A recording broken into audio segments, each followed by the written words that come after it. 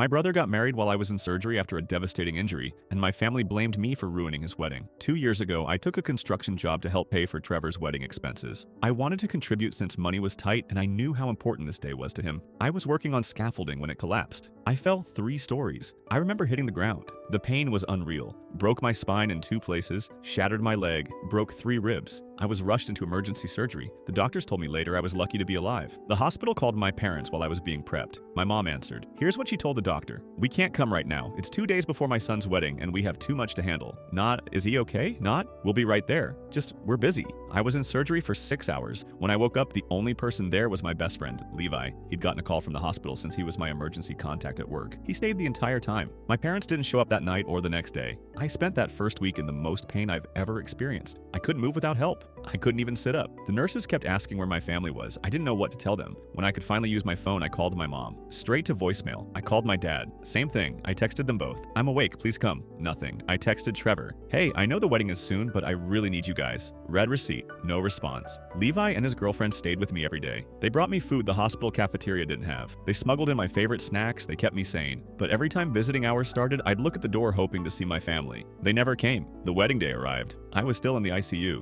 That morning, I got a voicemail from my mom. She said, honey, we're so sorry we haven't been able to visit. Today's Trevor's big day, and we just can't be in 2 places at once. We'll come see you in a few days. Hope you're feeling better. Hope you're feeling better. Like I had the flu. Trevor never called. Not once. Later, I found out why. My parents had told him about the accident, and he'd said, and I quote, don't let this become drama at my wedding. We can deal with it after. I was his little brother. I'd agreed to be his best man, and I was drama. The wedding happened without me. I saw the photos later on Facebook. Everyone smiling, dancing, celebrating. My parents posted about the perfect day and their perfect son. Not a single mention of me. 3 weeks went by, I was transferred to a rehab facility. I had to relearn how to walk. The physical therapy was brutal. Every step felt like my spine was going to snap again. Levi's parents offered to let me stay with them during recovery. They became the family mine refused to be. Week 4. My parents finally showed up at the rehab center. I thought maybe they'd come to apologize, to explain, to check on me. Instead, my mom sat down and said, we need to talk about what you did. I was confused. What I did? She said some relatives had heard about my accident and were upset they didn't come to the hospital. Apparently, this had caused tension at the wedding reception. Some people left early. Some people made comments. My dad chimed in. You really couldn't have waited a few more days to have your accident? Did you have to make everything about you? I stared at them. I couldn't believe what I was hearing. Trevor was there too. He said, look, I get that you were hurt, but you have to understand. This was supposed to be my day, the happiest day of my life. And instead, half the guests were whispering about you. They blame me for having an accident, for nearly dying, for existing. I told them to leave. I didn't speak to them for 2 years. Then, 2 months ago, my cousin Michelle reached out. She asked why I disappeared from the family. She seemed genuinely concerned. I laid everything out for Michelle. She went quiet, then said, your parents talk about you like you're gone, like you died or something. I was confused. What do you mean? She hesitated. Your mom says things like,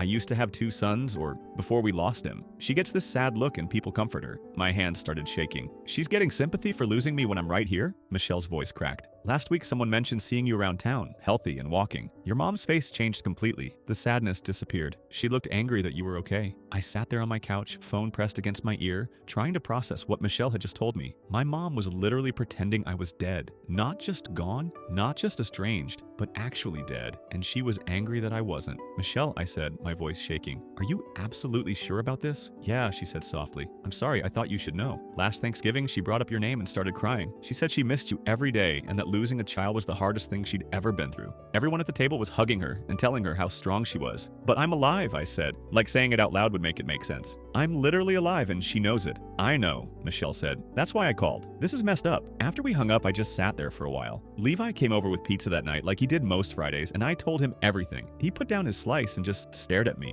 That's insane, he said. Like actually insane. What are you gonna do? I don't know, I said. Part of me wants to just let it go. They've been dead to me for 2 years anyway. What does it matter if she tells people I'm dead? Levi shook his head. Nah, man, that's not the same thing. She's using your near-death experience to get sympathy points. That's sick. He was right. It was sick, but I still wasn't sure what to do about it. The next day, I got a text from Michelle. Your mom still has your hospital bracelet in her purse. She showed it to me and some other people at church last week. She was crying and saying, this is all I have left of him. I read the text 3 times. My hospital bracelet, the one they'd put on me when I was admitted, the one I'd been wearing when I almost died while they were busy with Trevor's bachelor party. That's when I decided I needed to see this for myself. It was a Sunday afternoon when I drove to my parents' house. I hadn't been there in 2 years. The driveway looked the same. The The stupid garden gnome my mom loved was still by the front door. Everything looked normal, like nothing had changed. I parked across the street and waited. I don't know what I was waiting for, honestly. Maybe I was hoping I'd see something that would make me turn around and leave. Then I saw her through the kitchen window. My mom. She was talking to two women I recognized as neighbors, Linda and Joyce. They were holding a casserole dish. I watched as one of them reached over and touched my mom's arm. That sympathetic gesture people do when someone's grieving. That's when my mom looked up and saw me through the window. Her eyes went wide. For a second, I thought maybe she'd be happy to see me. Instead, she quickly wiped her eyes and mouthed two words at me. Not now. Not now. Like I was interrupting something. I got out of the car and walked to the front door. I could hear voices inside, muffled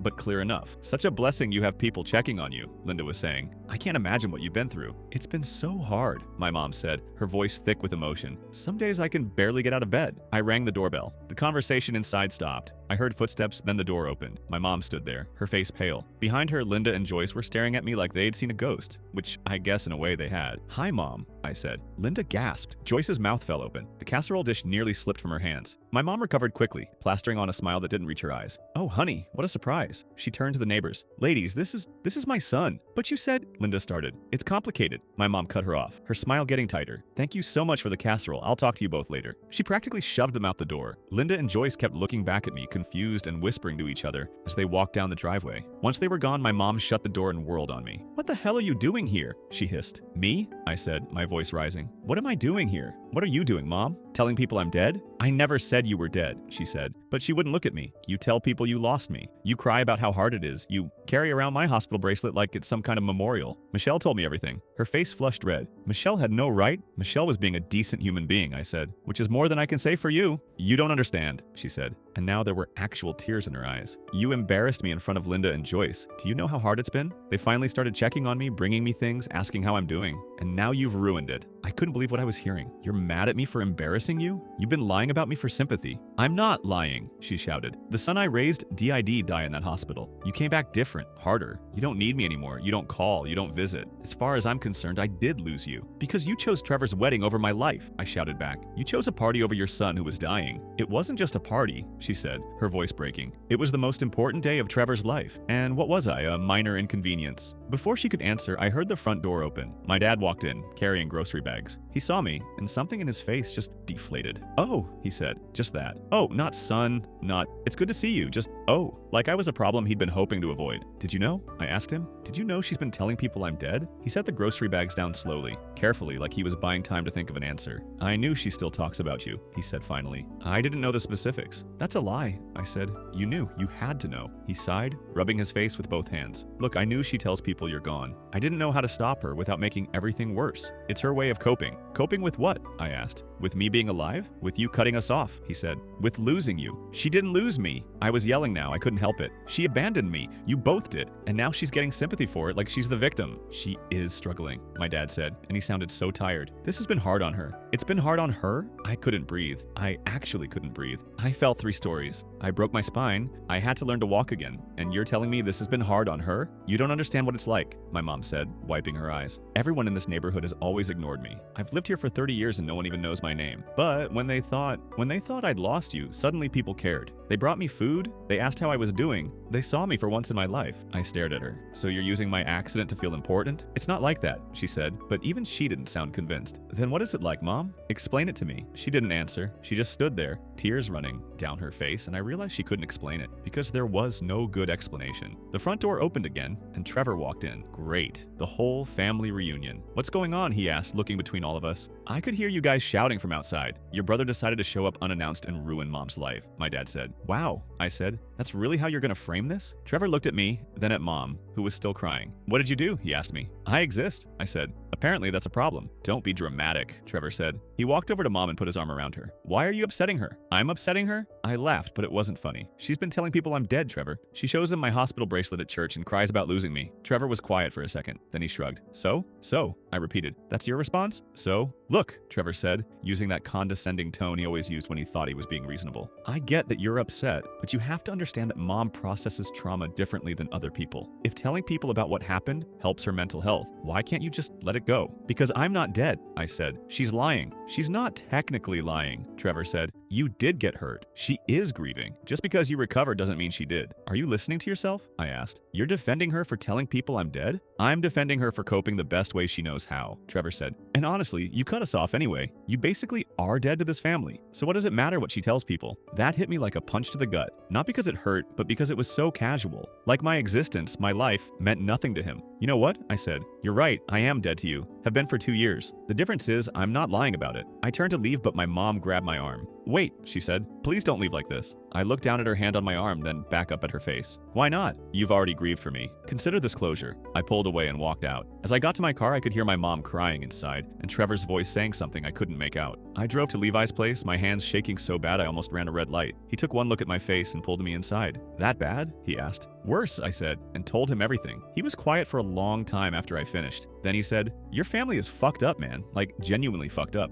Yeah, I said. I know. Over the next few days, I couldn't stop thinking about it. Specifically about what my mom had said, that the son she raised died in that hospital, that I came back different. She was right about that part. I did come back different. I came back knowing exactly what I meant to them, which was nothing. A week later, Michelle called me again. Your mom has been collecting sympathy cards, she said. Like cards people sent her after they heard about your loss. She keeps them in this decorative box in her bedroom. How do you know that? I asked. Your dad told my mom, Michelle said. He said sometimes he catches her reading them when she's alone. She cries over them like they're love letters. I felt sick, actually physically sick. There's more, Michelle said. She told extended family you have permanent brain damage from the accident. That's why no one's reached out to you. She said you can't travel or handle stress. What? I said. Why would she tell them that? So she didn't have to explain why you weren't at family events anymore, Michelle said. Aunt Janet asked about you at Christmas last year and your mom said you were too impaired to make the trip. I hung up and immediately called Aunt Janet. She picked up on the second ring. Hello? Aunt Janet, it's me, I said. There was a pause. Oh my God, she said. Sweetheart, how are you? Your mother said you couldn't talk on the phone. My mother lied, I said, and I told her everything. Aunt Janet was silent for a long time. Then she said,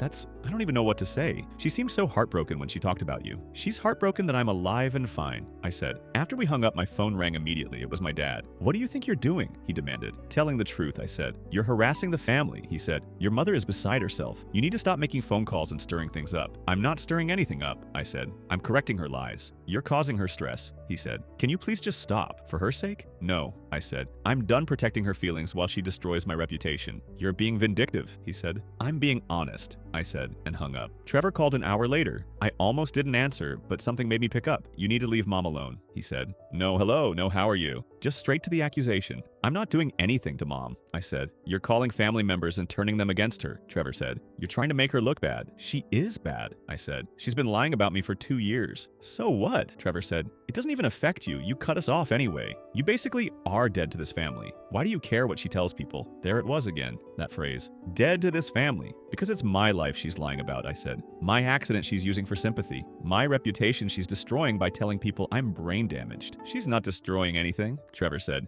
You did that yourself when you decided we weren't good enough for you. I decided? I couldn't believe this. I decided. You all abandoned me when I was dying. We were busy, Trevor said. It was my wedding week. You know how stressful that is. I broke my spine, I shouted. And you survived, Trevor said flatly. So what's the problem? Mom needs this. She needs to feel like people care about her. Why can't you just let her have this one thing? Because it's not real, I said. The sympathy isn't real because the tragedy isn't real. I'm alive. But the son she knew is dead, Trevor said. The person you were before the accident. The person who understood family obligations, who didn't hold grudges, who was forgiving and kind, that person is gone. So maybe she's right. Maybe the son she raised did die. I hung up. I couldn't listen anymore. That night, I couldn't sleep. I kept thinking about my mom, sitting in her bedroom, reading sympathy cards from people who thought I was dead, getting emotional over words written for a ghost. The next day, I decided to drive to my parents' house one more time. Not to yell, not to argue, just to see if maybe somehow there was something I'd missed. Some explanation that would make this make sense. I got there around dinner time. My dad's car was in the driveway, so was Trevor's. I walked up and rang the doorbell. My dad answered. When he saw me, he sighed. What now? He asked. I want to talk to mom, I said. She doesn't want to talk to you, he said. You've upset her enough. Too bad, I said, and pushed past him into the house. My mom was in the dining room, setting the table. Trevor was there too, sitting at the table scrolling through his phone. They both looked up when I walked in. Get out, my mom said immediately. No,